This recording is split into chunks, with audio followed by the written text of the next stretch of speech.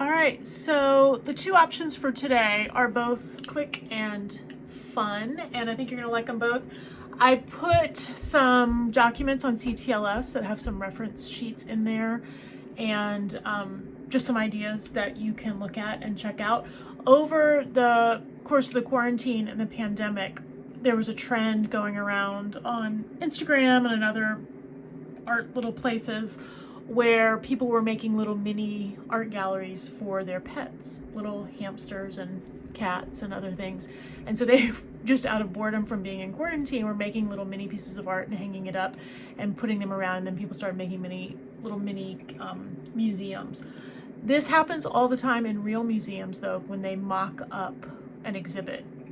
And down at the High Museum, they have this great, or they used to have this great tour where you go in the back and see how they mock up and they make a whole model of the space that they're going to use, and they make little mini versions of the artwork just to balance it out and make sure that it's visually appealing and that everything fits and that, you know, it's exactly how they want to lay it out, and they can easily move it around in the little mock-up. So people make little mini pieces of art for lots of reasons. What is nice to do sometimes, and a lot of people do this in their sketchbooks, is that it's fun to kind of frame things out. If you've got some little pattern ideas, or you've got something that you just want to play around with, or you just want to have your own little mini museum wall, you can make some just quirky little frames and then put artwork in it. You can put little portraits in it, you could do pet portraits, you could do all kinds of things. And I'm going to show you some fun pet portraits that just reminded me today as well, because I think it will inspire you. So you can do it as a layout like this, where you've got like a whole gallery wall. And I put some frame designs on CTLS for you to look at, because there's so many different ways that you could quickly draw these out. You could do them with a ruler, but I think because you're making just kind of a silly little museum montage, that it's almost better if they're kind of freehand and, you know, a little quirky, a little loose.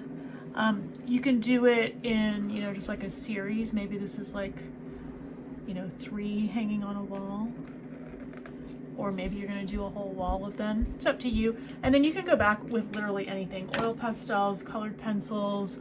You could do marker in these. You could watercolor inside of them. You could even make little tags for them if you want. So it's just another activity to relax. You don't have to think hard about this. It's a mini gallery inside your sketchbook, so it's not serious. And you're just creating little frames. You can make little things for them to hang on. You can put little gallery tags. Totally up to you. All right, so that's option number 1. Option number 2, hopefully you have some oil pastels in your art kit that you haven't turned in yet. And we're gonna do some oil pastel printing. Okay, I found it. So all of these right here were printed with oil pastels.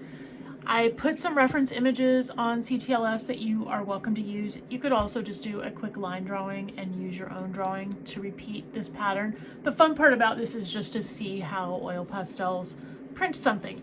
The images that I put on CTLS are by Jim Dine. He does a whole bunch of tool images, ink drawings, and they have a lot of good value changes in them. You're going to take an oil pastel. Y'all, I'm sorry, I don't have an oil pastel handy, so I'm just going to use this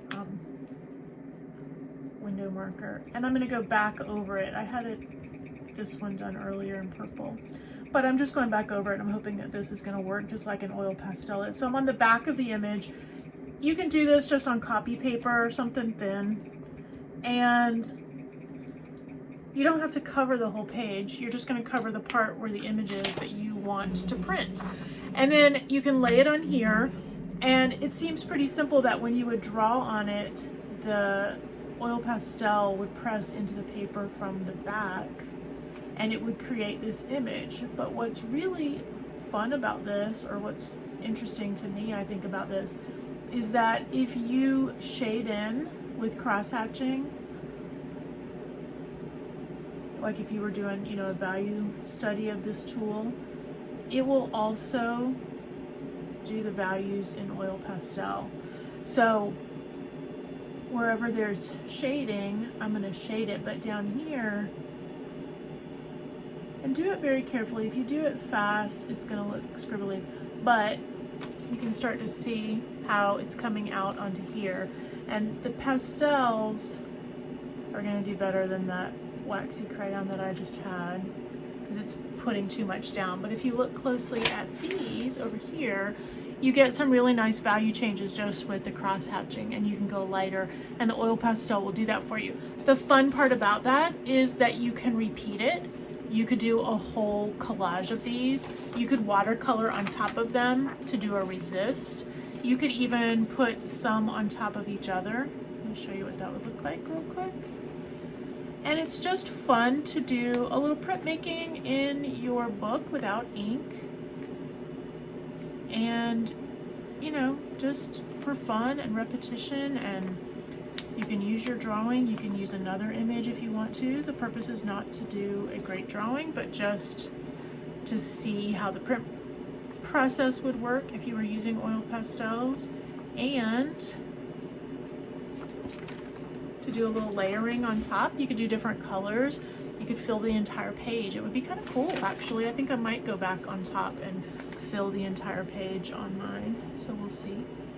So play around with that. There's lots of possibilities there, and you could, you know, change up the colors, change it however you want to.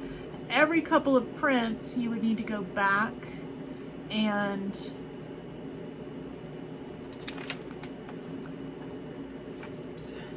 you'll need to go back and refill in the oil pastel, so you'll have some fresh to work with. All right, so see if you can make a collage of fun items, whatever item you choose, using your oil pastels. So those are your two options today. You could also, you know, do something on your own, or you may finish up something that we've already started. So hopefully you'll find something relaxing in there to do. Enjoy.